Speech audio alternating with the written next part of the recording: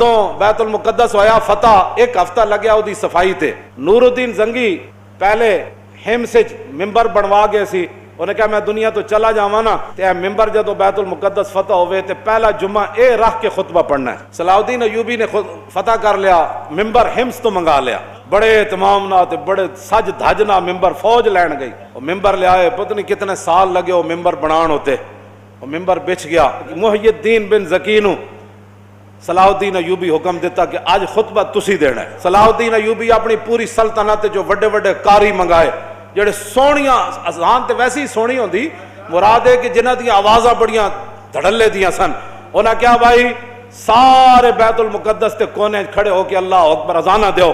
صلاح الدین بھی بیٹھا، پوری فوج بھی بیٹھی، جرنیل بھی بیٹھے، پوری بیوروکریسی بھی بیٹھی، لبرل ایک بھی کوئی نہیں سی۔ ہم لبرل ہیں، میں کہا اسلام میں لبرل کا تعلق ہی کوئی نہیں ہے۔ جنہیں کلمہ پڑھ لیا اس کی مثال تو حضور نے فرمایا اس اونٹ کی طرح ہے جس کی نکیل اس کے مالک کے ہاتھ میں ہے۔ تو کیڑے پاسوں آیا؟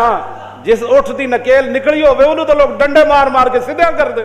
صلاح الدین ایوبی کیا اذانہ پڑھو بھائی، سارے قاری سارے بہ گئے پہلیاں صفحے چ آ گئے۔ صلاح الدین ایوبی پہلی باری نواں سوٹ پایا، پہلے تو نہیں سی پاندا، انہیں کہا آج میں صرف اسلام دی خوشنودی واسطے پا رہا، کہا میں نے سوٹاں دی لوڑ نہیں نویں دی، لیکن آج میں نواں پا رہا دنیا نو دسن واسطے کہ اسلام اپنی پاور رکھدا۔ وہ دن صلاح الدین ایوبی بھی نواں جبہ پایا، تو کہو جو منظر ہونا مولانا۔ آج پھر صلاح الدین ایوبی کا منتظر ہے بیت المقدس، صدیوں بعد بھی صلاح الدین ایوبی کا منتظر ہے کہ وہ جبہ پہن کر کب آئے گا نیا اور کب فتح ہوگا بیت المقدس۔ حافظ ابن کثیر نے لکھا جدو اذانہ ہوئیاں نا تے لکھاں دا مجمع سی، تے جدو قاریاں نے کہا اللہ اکبر تے قریب سی کہ لکھاں دے مجمع دیاں روحاں بھی نکل کے پرواز کر جاندی، اے خوشی سی انہاں۔